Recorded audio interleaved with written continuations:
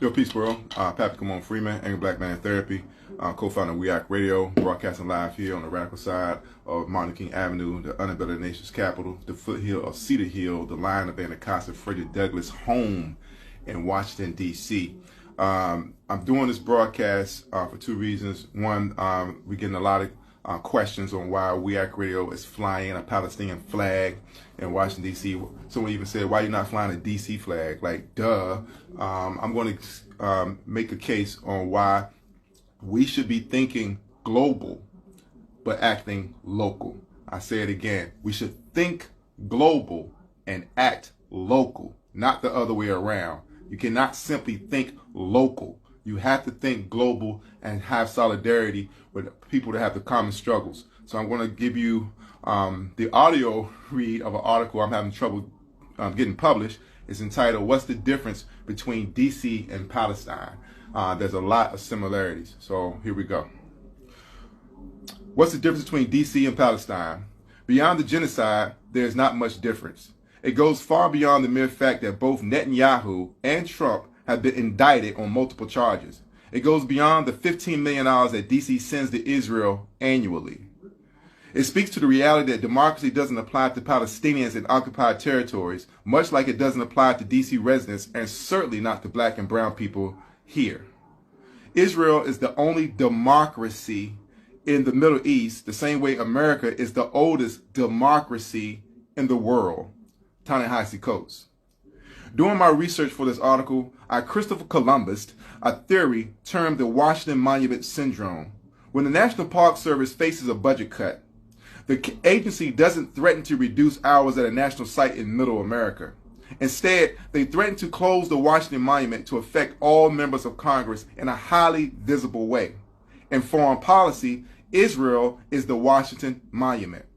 In both the House and Senate and across party lines, the two wings of the same bird all flap together to support continued unconditional aid to Israel.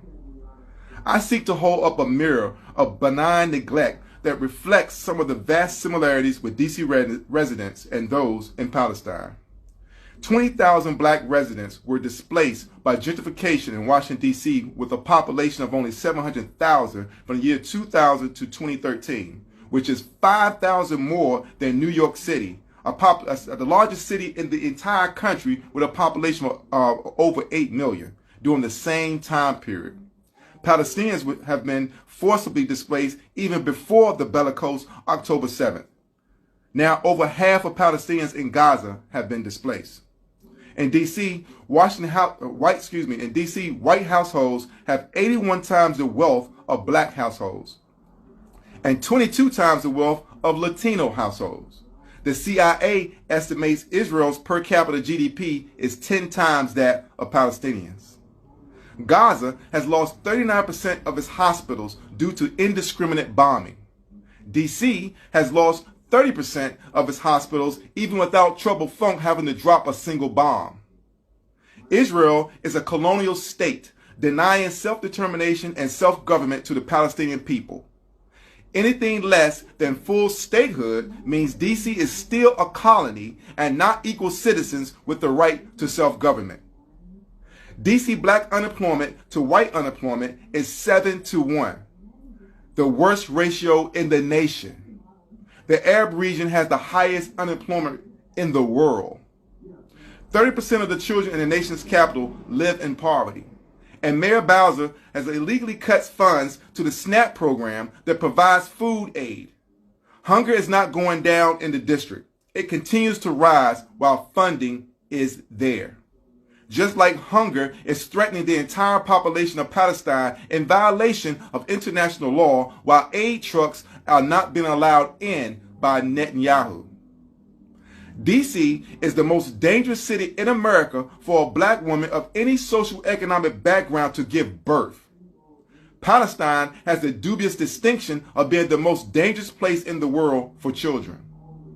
As if that wasn't enough, Israel security forces are training American cops despite its history of abuses. Among the trainees was a DC police commander over the objections of a DC council member. I am concerned that we are not doing enough to prevent the militarization of law enforcement in D.C. Former council member David Grosso wrote in a letter to then MPD Chief Peter Newsham. It just occurs to me that it isn't a good idea, whether in Israel or another place, to go and train with the military or national police, in essence, learning from people who are better at the violent approach to conflict resolution. We don't need more of that. We need more of a community-based approach, Grosso wrote. DC police cars even keep their red and blue roof lights flashing all the time after then Police Chief Charles Ramsey picked up the strategy to increase visibility during a ride-along with Israeli police officers in Jerusalem. DC has the highest concentration of police in the country, with 650 per 100,000. Israel maintains a force of over 1,500 per 100,000 in Palestine. In DC, we have jump outs. In Palestine, they have Shin Bet. In DC, we have riot police. In Palestine, they have Yassam. The Fraternal Order of Police have called Black Lives Matter protesters a pack of rabid animals. Or is it rabid? Rabies, whatever. Israel calls Palestinians inhuman animals. Israel's 50 years of occupation has transformed into a marketing brochure for successful policing, says Stephanie Fox, Jewish Voices for Peace Deputy Director. And it's not just the police that gleans from lessons learned from apartheid Israel. Mayor Bowser led a 5-day mission with a delegation of more than 40 government and so-called community stakeholders that resulted in the signing of an MOU between the DC Chamber and the Israeli-American Chamber of Commerce. So don't expect any calls for a permanent ceasefire from the mayor, the DC City Council, and certainly not for the DC Chamber of Commerce anytime soon, especially after the colors of the Israeli flag lit up the Wilson building all night. Even our beloved non-voting delegate, Eleanor Holmes Norton, in her colonial position, said she is not ready for a ceasefire.